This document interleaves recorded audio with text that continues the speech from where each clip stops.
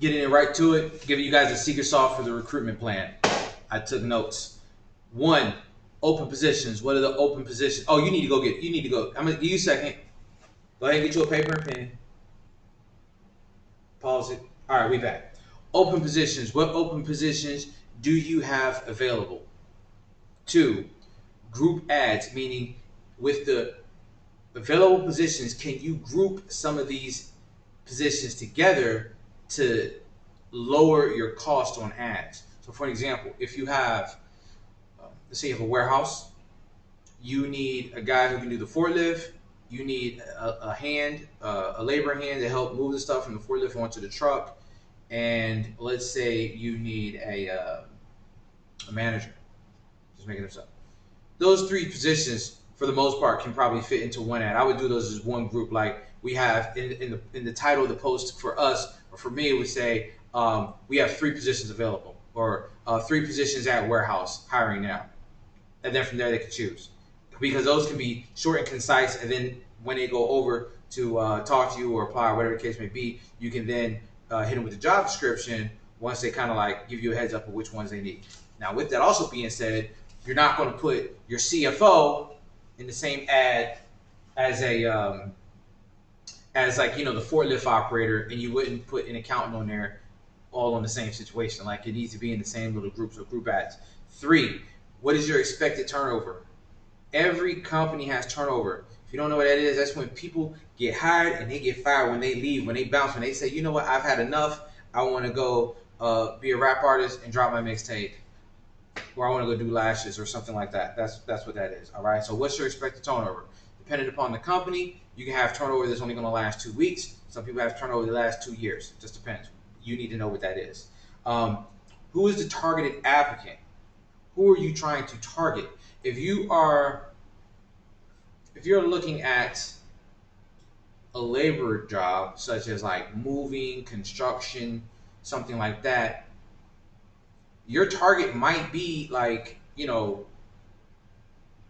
folks, kids basically from like 18 to 22. It may also include people with a colorful past that's like diesel. If they're going to be lifting heavy stuff, it's going to be, advantageous for them to be in, decent physical condition, because they're going to be lifting heavy items and they're going to be relying on their physical body to as a tool. So who are you targeting? Put that in your mind. The market strategy. What is your strategy as far as letting folks know that the opportunity is available?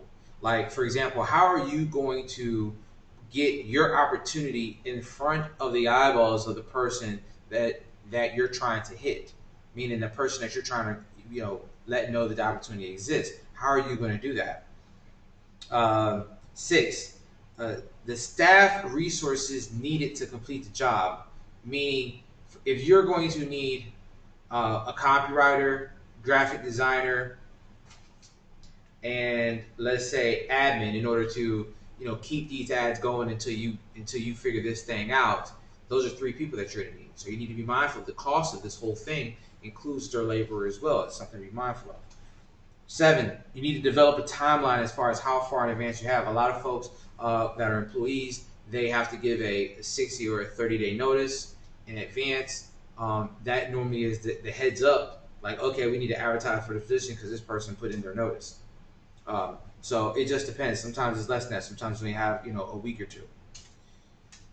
Let's see. Oh, here's a keynote. This is number 7 for me. Excuse me, number 8.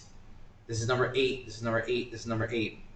Avoid confusion at all costs. So, for example, when we went back to the 3 warehouse positions now hiring, those are 3 warehouse positions. You don't want to put like a CFO, accountant, and a security guard all in the same situation. That's going to be confusing.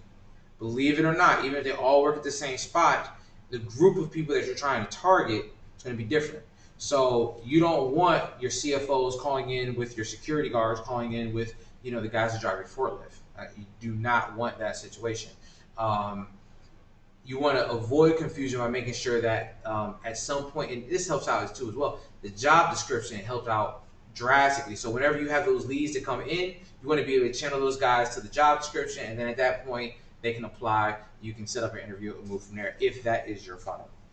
But I wanted to make a point, avoid confusion at all costs. If it's slightly confusing, redo it, everything.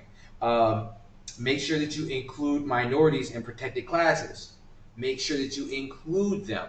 I'll be willing to say go a little bit above and beyond to make sure that you include minorities and making sure that the ad copy isn't written towards just one way. Yes, you are trying to say, for example, you're trying to target, let's say your ideal candidate is a 38-year-old male in Atlanta, Georgia. No kids, no handicaps, anything like that, whatever the case may be. You do not want to create a job description that solely focuses on any particular one ethnicity, but oftentimes those ads are written towards the majority group. Make sure that you go above and beyond and make sure that minorities, protected classes, things like that are also included in, so that your job description, your ad, and your post, everything has a nice round vibe to it, where it's like it's wholesome, because you never know. Your ideal candidate might not look exactly what you projected them to look like, but they may be absolutely excellent. And if you didn't have them, you would be feeling the loss in both company culture and economically. So make sure that you include the minorities. Number 10, marketing mix must match the brand. Huge. Guys, you are not going to advertise for a doctor's position with a bumper sticker. All right? You are not going to say we are hiring dentists with flyers.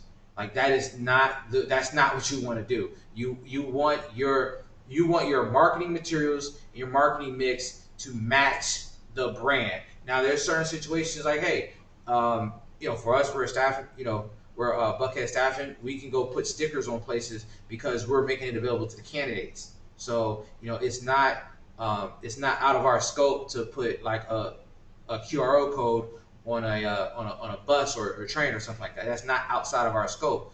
However, if we are sourcing, and this is for like lower level positions like hospitality jobs, security jobs, warehouse jobs, that's what I'm trying to get across. However, if I'm at JP Morgan and I'm looking to get bankers, I'm not going to do that.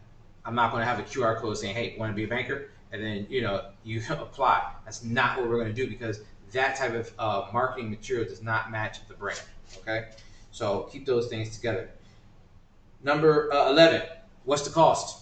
You need to know the cost, and again, to hint back previous to, what's what are the staff requirements? What's the cost of printed materials? What's the cost of getting those materials distributed? Even if it's flyers, stickers, whatever the case may be, or just cost as far as ads putting up on other websites, what's the cost? Last but not least, number 12, get your required approvals. If if you're trying to promote or advertise a position that's available in like a high rise, you're gonna need to go through leasing office. They have a general manager that's going to either approve or deny the ad.